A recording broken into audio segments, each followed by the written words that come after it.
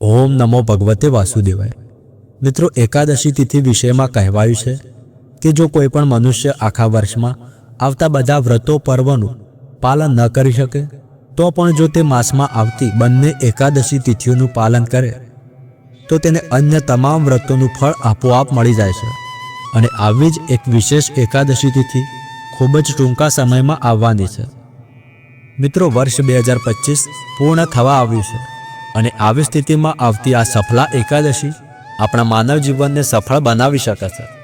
તો હવે આજના આ વિડીયોમાં આપણે જાણીએ કે આ વખતે સફળા એકાદશી તિથિ કયા દિવસે આવી રહી છે, આ દિવસે શુભ મુહૂર્તો કયા રહેશે, પારણ કરવાનો સમય શું રહેશે અને જો આ વખતે એકાદશી 2 દિવસ આવી રહી છે તો અંતે આપણે કયા દિવસે વ્રતનું પાલન કરવું જોઈએ અને શા માટે કરવું જોઈએ, આ તમામ મુદ્દાઓ પર આજે ચર્ચા કરીશું। તો ચાલો આજનો વિશેષ વિડીયો સફળા એકાદશી ક્યારે છે તે જાણીએ। પણ એ પહેલાં જો તમે ચાહો છો કે ભગવાન વિષ્ણુના આશીર્વાદ હંમેશા તમારા ઉપર બન્યા રહે તો આ વિડીયોને એક લાઇક કરી લેજો અને કોમેન્ટમાં જય શ્રી હરિવિષ્ણુ લખી લેજો અને ચેનલને સબસ્ક્રાઈબ પણ કરી લેજો। તો જુઓ, આ વખતે સફળા એકાદશીનું પાલન આપણે 16 ડિસેમ્બર 2025 મંગળવારના દિવસે કરીશું અને આ વ્રતનું પારણ આગલી સવારે 17 ડિસેમ્બર 2025 બુધવારે સવારે 7:08 થી લઈને 10:34 વચ્ચે રહેશે।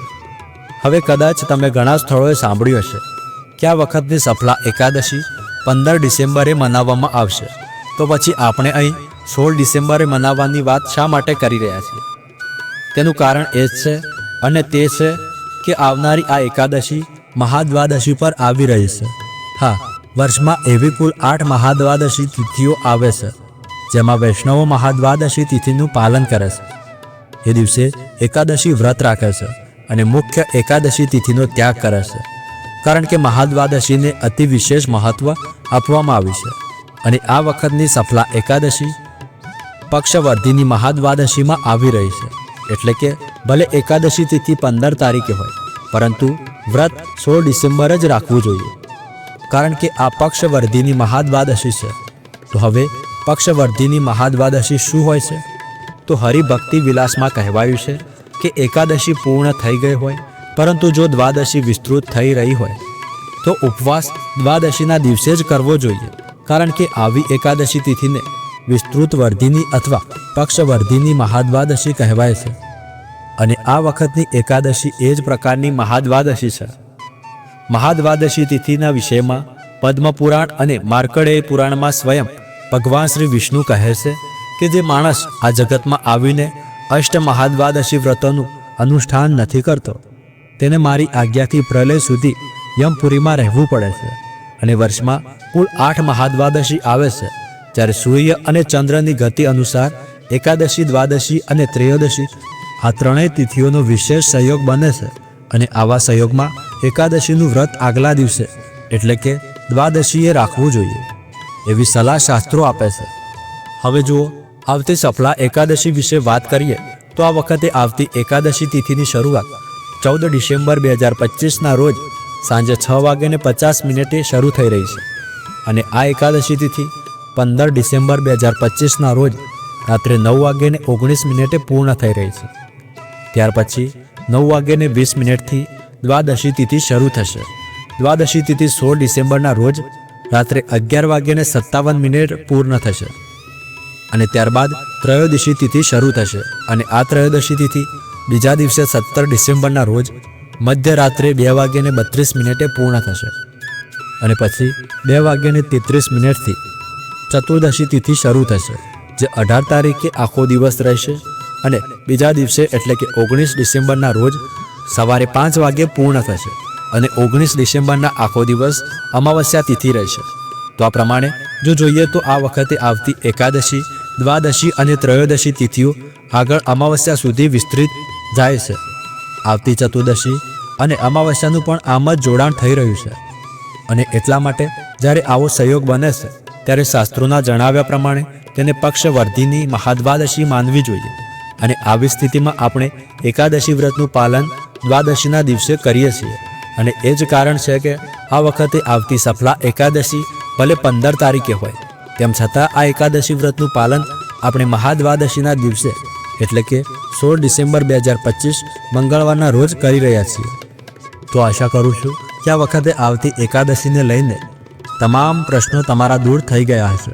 તો ચાલો હવે આપણે જોઈએ કે આ વખતે જે દિવસે આપણે એકાદશી વ્રતનું પાલન કરવાનું છે, એટલે કે 16 ડિસેમ્બરના શુભ મુહૂર્તો કયા છે.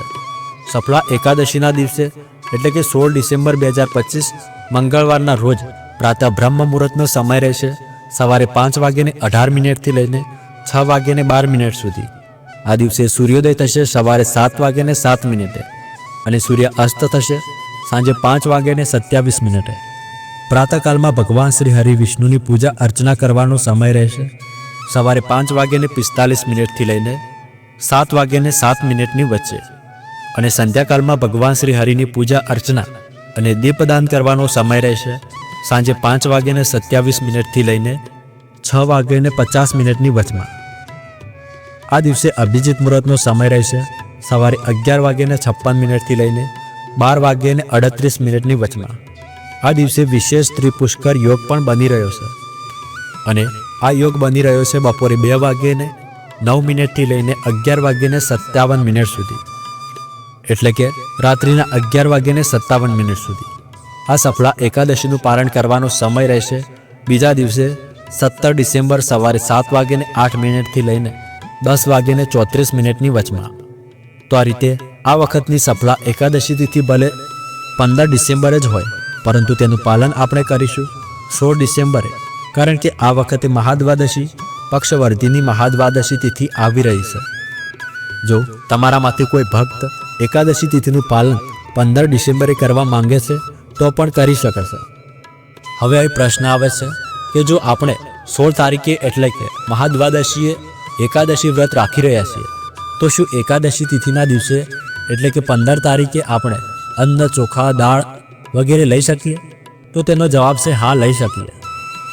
તમને એકાદશી પર અન્ન લેવાનું કોઈ પાપ નથી લાગતું, પરંતુ પ્રયાસ કરો કે એકાદશી તિથિના દિવસે સાંજ પહેલાં જ ભોજન કરી લો. સાંજ પછી કોઈ પણ પ્રકારનું અન્ન, ચોખા, દાળ વગેરેનું સેવન ન કરો.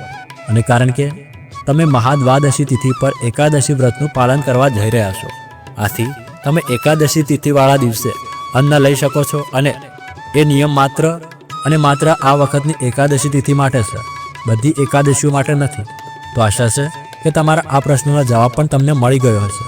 જો આ એકાદશીથી જોડાયેલ તમારો કોઈ વધુ પ્રશ્ન હોય તો નીચે કોમેન્ટ બોક્સમાં લખીને અમને જણાવો.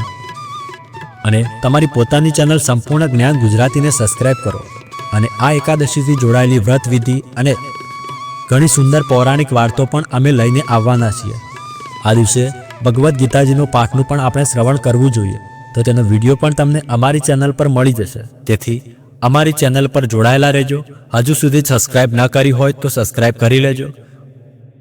અને આ વિડીયોને એક લાઈક કરવાનું ભૂલશો નહીં.